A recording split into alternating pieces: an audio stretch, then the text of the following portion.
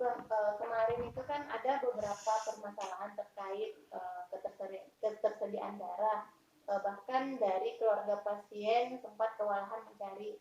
Nah, sementara kita lihat di PMI sendiri nih stoknya cukup. Apa sih yang menjadi permasalahan, Bang? Kenapa darah di PMI tidak bisa diberikan kepada keluarga si pasien itu, Bang? Ya, baik. Sebelum menjawab ke sana, mungkin kita balik ke belakang dulu. Yang pertama perlu diketahui bahwa PMI ini terbentuk, tujuan utamanya adalah membantu pemerintah. Dan salah satu tugas yang diberikan oleh pemerintah adalah bagaimana menyediakan darah bagi keluarga yang membutuhkan di rumah sakit. Kalau kita merujuk ke Kota Tarakan sendiri, PMI Tarakan ini sebenarnya sudah berdiri cukup lama. Ya, secara administratif memang kita sudah berdiri itu sekitar tahun 1982, tapi mulai aktif menyediakan donor darah itu adalah tahun 1988, di mana kita memang membackup untuk kebutuhan darah yang ada di rumah sakit. Saat itu cuma ada satu ya, Rumah Sakit Umum Daerah Tarakan.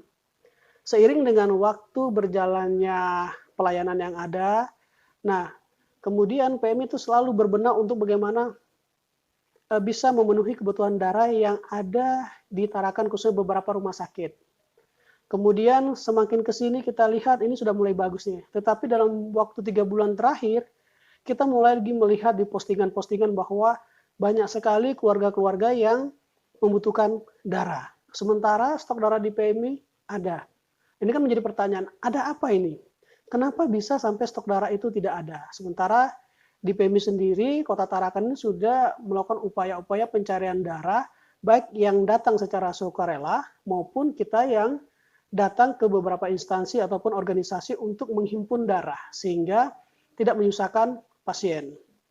Nah, di dalam 3 bulan terakhir ini kenapa itu bisa muncul? Salah satunya adalah bahwa salah satu rumah sakit di Tarakan itu juga membentuk yang namanya unit transfusi darah rumah sakit. Nah, dengan terbentuknya itu, maka ini juga menjadi salah satu yang kalau saya bilang menjadi menjadi satu permasalahan khusus nih, permasalahan khusus dalam artian bagaimana keluarga pasien yang membutuhkan darah, sementara pada saat mereka melakukan permintaan itu juga harus mencari. Nah, di sisi lain kita di PMI kan sudah ada nih. Nah, dengan terbentuknya tadi itu harusnya dengan terbentuknya satu unit donor darah rumah sakit ini justru membantu keluarga pasien, kan begitu. Nah, namun ini mungkin belum ini belum terjadi saat ini, sehingga muncullah postingan-postingan seperti itu. Apakah PMI itu bisa mengambil alih dan sebagainya? Ya, kita tidak bisa seperti itu juga, karena memang PMI di seluruh rumah sakit yang ada di Kota Tarakan kita punya perjanjian kerjasama, di mana isi utamanya adalah PMI akan melayani kebutuhan darah yang ada di rumah sakit ketika ada permintaan PDUT, permintaan donor untuk transfusi. Selagi tidak ada permintaan ini, maka kami tidak melayani walaupun stok kami ada. Nah, inilah yang sebenarnya menjadi dilema di keluarga pasien, terutama di salah satu rumah sakit yang juga mendirikan. Namun mungkin karena keterbatasan atau bagaimana, sehingga ini juga meminta kepada keluarga pasien untuk mencari. Seharusnya ini tidak terjadi. Karena konsekuensinya ketika suatu lembaga mendirikan unit transfusi darah, secara Permenkes yang diatur itu hanya ada 2. Pertama PMI ataupun rumah sakit. Kan gitu. Nah, ketika membuka ini dan itu diharuskan adalah bagaimana berupaya untuk mencari pendonor sukarela, bukan darah pengganti. Nah, yang terjadi saat ini di postingan itu adalah donor darah pengganti yang meminta kepada keluarga pasien untuk mencari darah di luar. Seperti itu. Bang, kalau misalnya dari rumah sakit itu yang sudah memiliki UTDRS tadi, memang tidak memungkinkan untuk meminta ke PMI-nya sendiri. Misalnya nih stok habis nih, dan ada pasien yang sedang gawat, butuh darah saat itu. Apakah tidak memungkinkan dari pihak rumah sakitnya meminta ke PMI karena sudah ada stok darah nih, dengan adanya MOU tadi? Apa itu berbenturan? Tidak berbenturan. Justru di dalam aturan di Permenkes bahwa UTD ada yang ada ini harus membentuk jejaring. Apa maksudnya membentuk jaring? Ketika suatu unit transfusi darah, apakah itu milik rumah sakit ataupun PMI tidak ada, maka kita saling bersinergi, kita saling mengisi. Contoh, kita bisa lihat pada saat Tarakan membutuhkan yang namanya donor darah plasma konvalesen, ya, di mana rumah sakit membutuhkan itu, memintalah kepada PMI. Kami PMI juga tidak punya alat untuk mengambil darah konvalesen itu, ya. Apa yang kami lakukan? Ya, kita berjaring nih. Kita mengambil dari Surabaya, kita mengambil dari Gersik, ngambil dari Tangerang Selatan. Ini bentuk sebagai upaya kita untuk pemenuhan darah sehingga tidak menyusahkan pasien. Contoh yang paling dekat lagi di Kaltara sendiri. Antara PMI Tarakan dengan PMI Bulungan, pada saat mereka tidak mendapatkan darah trombosit, maka kita membackup. Begitu juga sebaliknya ketika rumah sakit Malinau membutuhkan darah, dia tidak ada, dia meminta ke kita, kita juga tetap dropping karena memang fungsinya kita adalah bagaimana memenuhi kebutuhan darah. Karena itulah diberikan amanah kepada PMI berdasarkan Undang-Undang Nomor 1 Tahun 2018 adalah untuk menyediakan darah. Dan darah itu disalurkan kemana? Ke rumah sakit. Baik rumah sakit yang memiliki bank darah maupun rumah sakit yang memiliki UTDRS. Kan begitu. Oke. Bang, pertanyaannya untuk saat ini PMI Tarakan itu melayani semua rumah sakit hanya di Kaltara saja atau di luar Kaltara juga? Kalau kita untuk di Tarakan sini kita melayani semua rumah sakit berdasarkan perjanjian kerjasama itu. Termasuk juga dengan yang salah satu rumah sakit yang sudah mendirikan unit transfusi darah, dan perjanjian kita masih berlaku sampai dengan saat ini, bahkan sampai dengan bulan April 2023. Nah, permasalahannya adalah kami tidak boleh memaksakan pihak rumah sakit untuk meminta darah kepada PMI. Tetapi di sini kita minta kesadaran masing-masing rumah sakit yang ada di Kota Tarakan, ketika mereka membutuhkan darah dan tidak bisa mendapatkan dan kita ada, silakan. Nah, karena memang tugas kami adalah untuk menyediakan itu. Makanya sebenarnya konsep daripada rumah sakit sebenarnya itu lebih dianjurkan untuk membuka bank darah, bukan membentuk unit transfusi darah.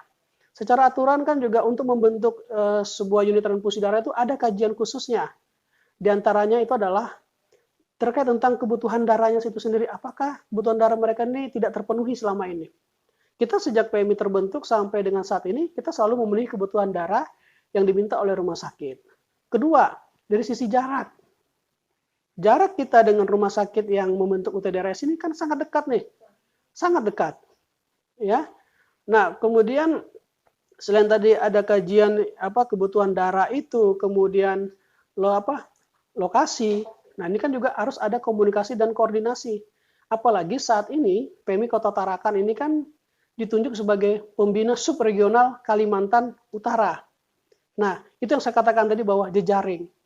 Harus ada kajian. Sebelum mereka mendirikan, harusnya kan ayo konsultasi berkoordinasi nih bagaimana. Tapi ini kan tidak terjadi. Dan kita kemarin secara sukarela kita juga sudah menyampaikan bahwa ketika ini tetap dipaksakan, maka akan ada dampak. Salah satu dampaknya adalah itu bisa berimbas kepada masyarakat. Siapa masyarakat ini? Yaitu keluarga pasien. Seperti itu. Bang, ini yang dari rumah sakit yang sudah memiliki UTDRS ini secara aturan ataupun untuk pembentukan ini sebenarnya memang sudah memenuhi Bang? Atau seperti apa? Kan apakah tipe rumah sakitnya ini sudah memungkinkan untuk pengelolaan darah ini? Itu kan ada aturannya Bang ya? Secara aturan sebenarnya situ disebutkan bahwa secara aturan itu menyebutkan di situ hanya ada 3 tipe untuk pendirian UTDRS ataupun UTD. Pertama ada tipe Pratama, ada Madya, dan ada Utama. Nah, kalau kita berbicara tentang kategori izinnya, apakah yang mendirikan ini sudah layak? Kita bilang dia layak. Ya, layak tapi dalam kategori dia sebagai izin Pratama. Kenapa sebagai Pratama? Karena memang dari segi alat, dari segi SDM, memang baru sampai ke Pratama. Kan tidak mungkin juga satu rumah sakit baru mendirikan langsung mengambil Utama. Karena untuk mendirikan Utama itu dia harus memenuhi dulu kebutuhan darah sekian, saya lupa berapa angkanya dalam setahun dan menambahkan SDM-nya baru bisa meningkatkan. Kedua, apakah yang saat ini itu memenuhi syarat? Kalau saya bilang memenuhi syarat untuk pengambilan darah biasa. Tapi untuk pengambilan darah trombosit, darah plasma, itu harus dikaji ulang. Kenapa harus dikaji ulang? Karena persyaratan untuk mengambil trombosit itu izinnya minimal madya. Nah, kalau di Kaltara ini yang memiliki izin madya itu baru PMI Kota Tarakan. Karena memang kita juga ditunjang dengan peralatan. Apa peralatan yang minimal? Kami tidak boleh lagi melakukan pemeriksaan menggunakan yang namanya rapid test. Itu sudah tidak dianjurkan, harus naik. Apa yang kami tingkatkan di sini? Yaitu kita menggunakan yang namanya CLIA. Itu nomor 2 terbaik dari alat pemeriksaan untuk 4 parameter penyakit menular. Mulai dari HIV, hepatitis, kemudian spilis, sama hepatitis C. Nah, ini kami sudah lakukan semua dan kami berbenah untuk ini. Untuk siapa? Untuk masyarakat Kota Tarakan, kan pastinya begitu. Pasien yang meninggal karena tidak mendapatkan donor darah, itu sebenarnya permasalahannya di mana? Nah, kalau untuk itu kami tidak bisa berkomentar banyak, ya, karena itu terjadi bukan di ranahnya kami. Artinya itu kan ada manajemen tersendiri. Nah, itu tadi kami bilang, kami bisa berkomentar banyak ketika memang ada permintaan untuk yang bersangkutan. Sementara kan tidak ada permintaan itu, dan kami juga tidak bisa mengatakan bahwa itu benar begini kesalahan. Karena di dalam transfusi ini banyak sekali hal-hal yang perlu kita ketahui. Ada namanya dia semacam kalau divaksin itu KIPI. Nah, kalau kita di istilahnya penolakan itu apa medisnya? Nah, reaksi transfusi. Nah, reaksi transfusi ini yang kami tidak dapatkan datanya, sehingga kami tidak bisa mengatakan bahwa apakah ada di salah satu rumah sakit yang meninggal karena memang darahnya yang dia tidak dapat ataupun ada reaksi lain, itu kami tidak bisa karena itu memang harus ada pernyataan secara resmi terkait tentang reaksi daripada transfusi.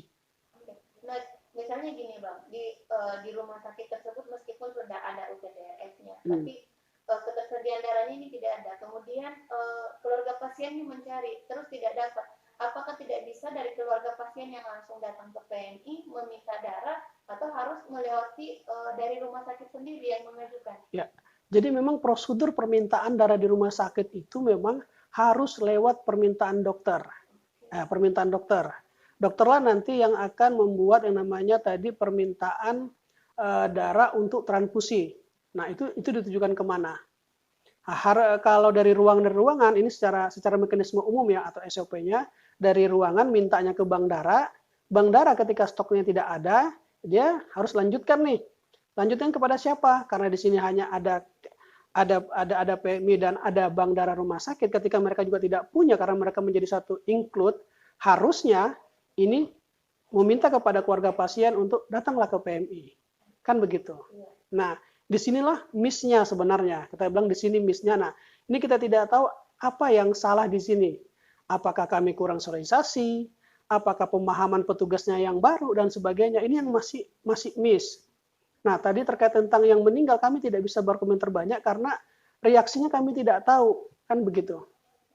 Nah, tadi kalau dikatakan miskomunikasi, tapi dari PMI sendiri kan ada MOU Bang kesana selanjutnya. Harusnya kan tidak ada miskomunikasi itu karena ini kan sudah ada MOU nih, ketika memang mereka tidak bisa menyediakan dari keluarga pasien tidak bisa, harusnya kan langsung karena istilahnya oh ini darurat, darah ini sudah dibutuhkan, sementara ada loh stoknya nih banyak. Kenapa harus mencari lagi dengan mengulur waktu yang lama? Nah, itu yang kita bilang kami tidak tahu ada apa nih, ada apa denganmu kan begitu kan? Kalau kita secara MOU kita sudah ada. Setiap kejadian-kejadian yang berkembang dalam waktu 3 bulan ini, kami secara rutin mengkomunikasikan ini kepada pimpinan rumah sakit yang terkait. Ya, kemudian kepada wakil direktur pun kita secara ini kita sampaikan lewat WA. Sudah kita sampaikan. Nah, makanya kami di mana sih miss-nya ini? Apakah ada di miss-nya di antara komunikasi kami dengan pimpinannya kah? Ataupun kepada petugasnya kah? Atau bagaimana? Kalau petugas di bank darah, di bank darah ya, harusnya ini bukan miss. Kenapa? Karena sebelum mereka berdiri, permintaan darahnya kan ke sini semua, kan tidak ada yang lain. Iya. Kemudian mereka juga pada saat mendirikan bank darah, yang bantu ya artinya kita sama-sama membantu nih. Mereka bahkan sempat sampai 3 tahun bank darahnya ada di PMI. Artinya mereka mengerti. Di sisi lain petugas-petugasnya juga bukan orang baru semua lah, karena petugas-petugasnya juga sudah mengerti lah. Karena kan mereka juga sekolah D1 transfusi, sekolah D3 transfusi, sudah mengerti lah SOP-nya. Tapi kenapa tetap terjadi? Nah, ini yang perlu, artinya makanya saya bilang kemarin, ini harus duduk bareng nih. Kenapa sih seperti ini? Ya kan gitu. Kami tidak mau menyalahkan lebih jauh, tetapi kayaknya ada yang miss, ada yang yang belum pas nih, sehingga yang menjadi dampak adalah masyarakat. Kan gitu.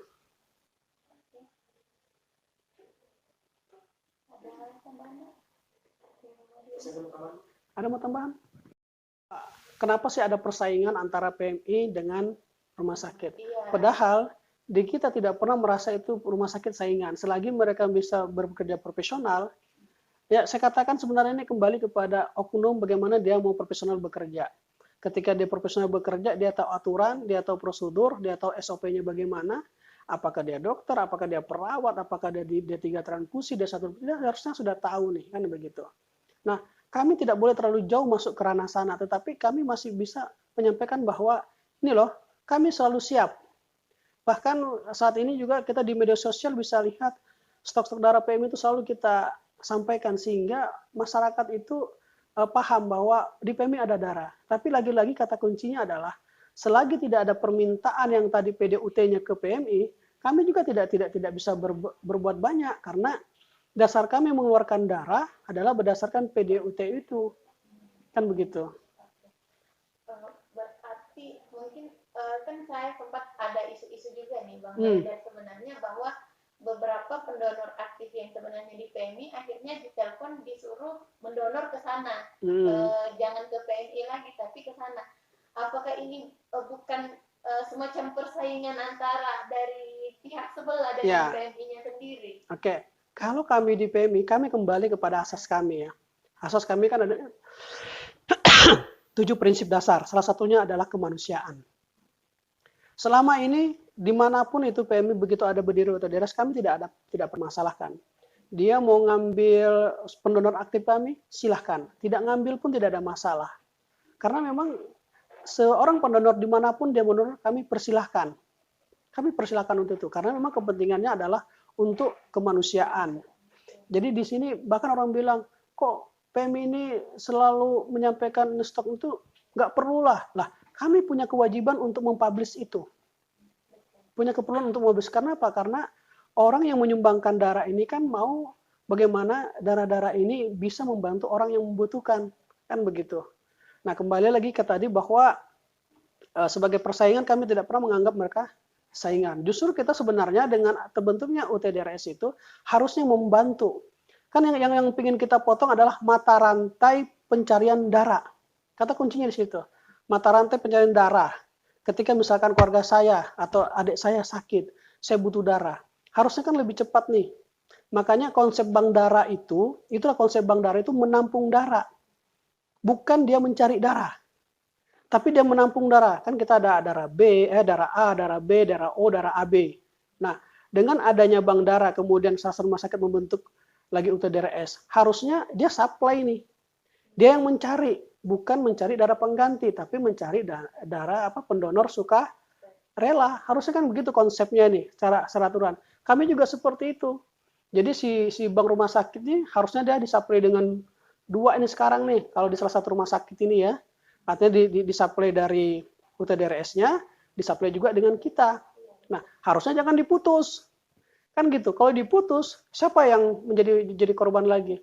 Ya tetap warga pasien. Kemudian juga membebani daripada petugas itu sendiri sebenarnya. Ya, ketiga, pendonor juga ikut menjadi menjadi bingung nih, kenapa ada seperti ini? Dan yang paling terpenting adalah secara psikologis kita juga harus memahami keluarga pasien. Mohon maaf, beberapa waktu yang lalu banyak sekali kasus orang yang dari luar butuh darah di sini, mereka tidak mengenal apa itu tarakan, tiba-tiba disuruh cari pendonor. Kan sulit ini. Jangankan cari donor, mau jalan aja mungkin dia nggak tahu ini jalannya jalan apa. Nah, disinilah fungsi kami sebenarnya, itu tadi fungsi kami didirikan adalah membantu pemerintah, membantu layanan, terutama tentang layanan kebutuhan darah. Hidup sudah susah, bensin sudah mahal dan sebagainya, jangan dibuat pusing lagi lah. Iya kan begitu. Ayo kita duduk bareng, kita sinergi bersama. Saya rasa tidak ada yang dirugikan, di sini tidak ada persaingan, tapi yang kita ingin kedepankan adalah bagaimana jiwa kemanusiaan kita membantu orang yang membutuhkan. Ketika misalnya meminta darah ke PMI itu ada biaya atau Bang? Atau seperti apa? Nah, jadi gini, meminta darah ke PMI, ke bank darah, itu sebenarnya konsepnya sama.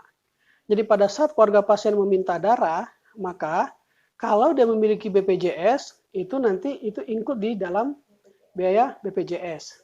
Ya, nah di dalam BPJS pun perhitungannya sama. Apa perhitungan yang dikeluarkan oleh Kementerian Kesehatan? Di situ ada namanya biaya pengganti pengelolaan kantong darah atau BPPD.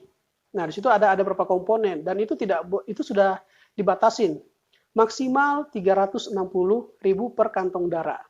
Nah, itu juga berlaku di rumah sakit, sama juga kita di PMI. Seluruh Indonesia itu sama, biayanya 360.000. Tetapi ketika dia tidak memiliki BPJS, maka dia akan bayar secara cash.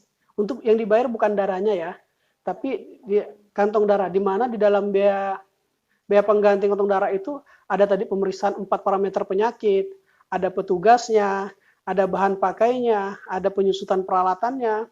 Sebenarnya ini sudah tidak relevan, 360 itu sudah tidak relevan. Tetapi kita masih tetap menggunakan itu. Nah, kalau dia tidak memiliki ya mereka harus bayar cash. Tetapi lagi-lagi juga kita di sini juga selama ini toleransi yang diberikan oleh PMI kepada keluarga yang tidak mampu itu juga banyak. Ini kalau kami kan ada rapat bulanan ini, yang kita putihkan itu juga ada. Jadi tidak ini. Jadi kami kembali lagi berkaca bahwa ini kita adalah konsep kemanusiaan, tidak boleh membeda-bedakan siapapun dia membutuhkan. Ketika dia dalam kesulitan, ya kita jangan tambah membuat kesulitan seperti itu. Dan aturan kita pun juga kami dipertegas oleh peraturan pemerintah wali kota menegaskan tentang terkait tentang biaya pengganti kantong darah itu. Jadi setelah ada dari kementerian, kita konsultasikan lagi ke pemerintah kota. Kenapa? Karena ini menjadi penting, jangan sampai ini menjadi polemik. Kan begitu. Mungkin cukup itu sudah sangat tinggi, karena kan memang sempat beredar juga di masyarakat bahwa ketika minta darah kenapa harus dibayar sih, itu biayanya untuk apa? Terus betul. Sementara orang mendonor itu kan gratis. Sukarela. Ketika kita minta kok ini, jadi ada isu-isu. Tentang isu itu sebenarnya juga ada terjadi proses jual beli darah. Tetapi itu bukan terjadi di lembaga, baik itu misalkan yang UTDR rumah sakit maupun yang dikelola oleh PMI. Yang terjadi adalah itulah salah satu dampak daripada donor pengganti. Saya contohkan di beberapa daerah, mudah-mudahan tidak terjadi di Kota Tarakan. Kita ambil kota besar. Ketika saya datang di sana, ada keluarga saya disuruh cari darah nih. Suruh cari darah dari salah satu misalkan rumah sakit lah. Saya tidak punya kenalan. Maka muncul yang namanya calok-calok tadi ini. Di situ terjadi. Bahkan mereka akhirnya bayarnya double. Sudah double membayar untuk mencari pendonor misalkan, si A kau bisa bantu saya kasih kau 500.000 deh. Itu terjadi. Nah, inilah sebenarnya yang kami hindari di Kota Tarakan. Nah, kenapa semakin banyak postingan yang di-share itu semakin memicu untuk orang yang mencari kesempatan di dalam kesempitan. Dan ini terbuka. Nah, makanya kenapa konsep PMI Tarakan adalah selain orang yang datang ke PMI, petugas kami sudah pokoknya bagaimana caranya stok itu jangan sampai kosong. Kalaupun memang sudah sangat-sangat emergensi, baru kita buka yang namanya pengumuman. Tapi lagi-lagi ini kita buka untuk umum, bukan untuk khusus. Kan seperti itu. Nah, ini yang kita hindari. Bahkan kita pun di Lebaran itu di bulan puasa pun kita turunkan ke masjid-masjid kemana-mana supaya kebutuhan darah ini tetap terjaga. Sehingga tadi proses pencalonan itu tidak terjadi. Mohon maaf, pengalaman pribadi saya. Ini pribadi saya, salah satu dulu orang terkenal lah di Tarakan karena sempat sebagai pejabat. saya sempat ditelepon, Pak, bisa donor Kak? Oh bisa. Saya langsung tahu, ini Pak 500.000 buat Bapak. Saya bilang enggak, saya bukan cari itu, enggak, kami sulit cari darah, ini Bapak kami dapat namanya supaya Bapak mau. Ya sudah. Ini kisah nyata yang saya alami. Tapi alhamdulillah itu saya tolak, saya donor di sini dan waktu itu saya belum jadi staf PMI, masih gedungnya masih satu di depan, saya donor dan orang-orangnya sehat. Sampai sekarang kita komunikasi masih bagus. Ini kisah. Kenapa? Karena pada saat itu juga dulu kan memang masih sulit nih. Nah, apalagi dengan sekarang dengan kondisi yang sulit, ketika kita memaksakan keluarga pasien untuk tetap mencari, biasanya dia pasti mengambil langkah yang simple. Nah, itu. Nah, ini sebenarnya yang kita hindari. Makanya kami sangat berharap kita bisa duduk bareng, kita bisa duduk sinergi. Ayo, jangan memikirkan ego masing-masing.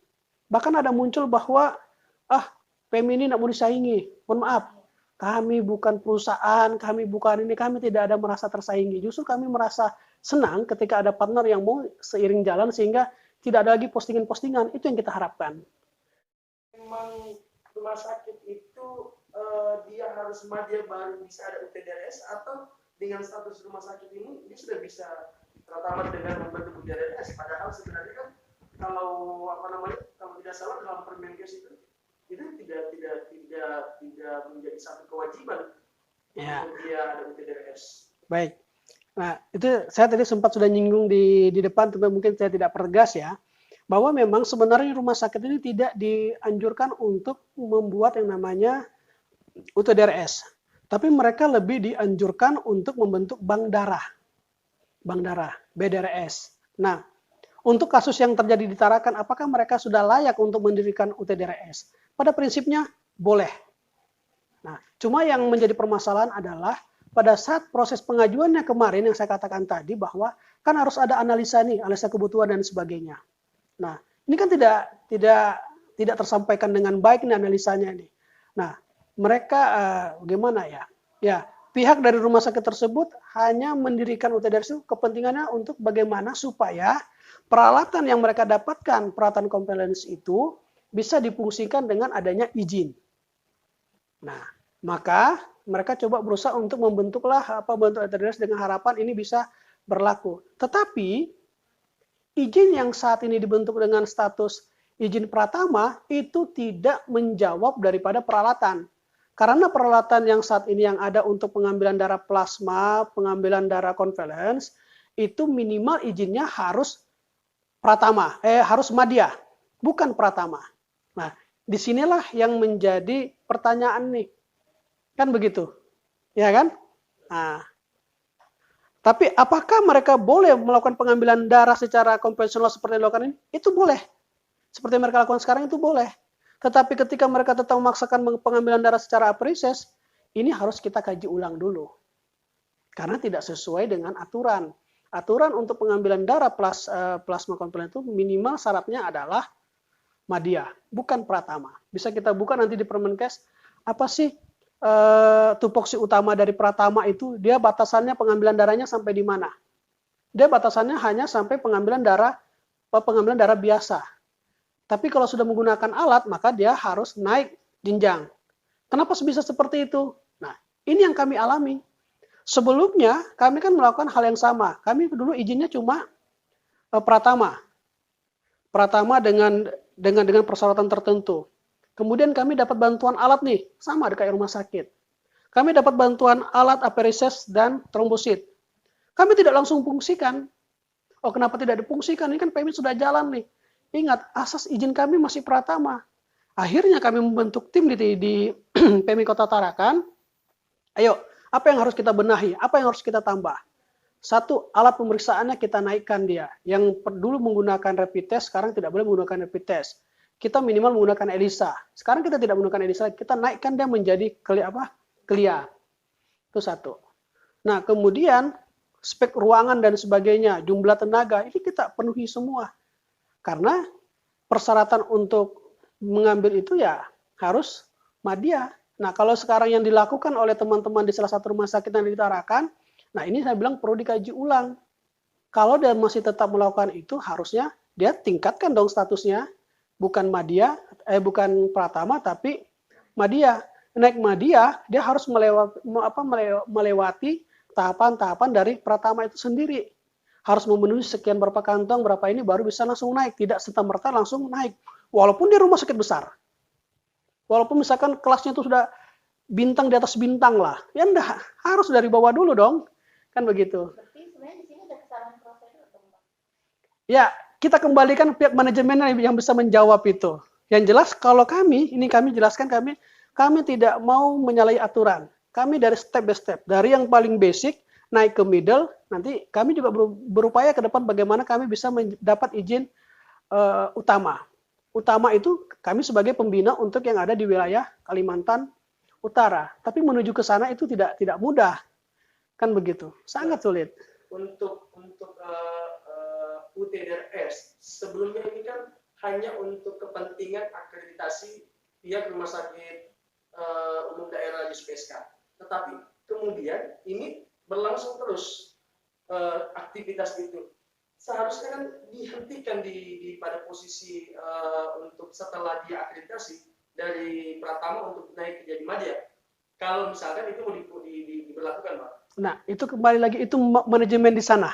Kami tidak bisa masuk, jujur, kami tidak bisa masuk ke sana karena gini, kami tidak mau masuk ke rumah tangga orang. Sementara rumah tangga kami sendiri, kami juga masih terus berbenah nih. Ya, jadi kita bilang kembalikan ke sana. Ya ini mungkin nanti bisa coba supaya kita lebih nyaman. Ya harus berimbang. Bangkit kita perlu duduk nih. Ya, karena di perjanjian kami itu hanya ketika ada permintaan ya kami layani. Kata kuncinya sih, ketika tidak ada permintaannya kami tidak bisa melayani kebutuhan darah yang ada di rumah sakit. Tapi ketika ada gejolak-gejolak di masyarakat, kami perlu juga menyampaikan bahwa satu, PMI itu selalu membantu siapapun, tidak menutup keran, tidak menutup tidak menutup kerjasama dan sebagainya. Makanya saya bilang yang lalu, saya bilang ini adalah ulah oknum saja ini. Kan begitu. Ya, sulit kita mau nanti kita rumah tangga orang kita obok-obok, rumah tangga sendiri kacau nih, wah bahaya nih. Gimana Pak Suri? Iya. Ya kan? Ya. Oke, siap.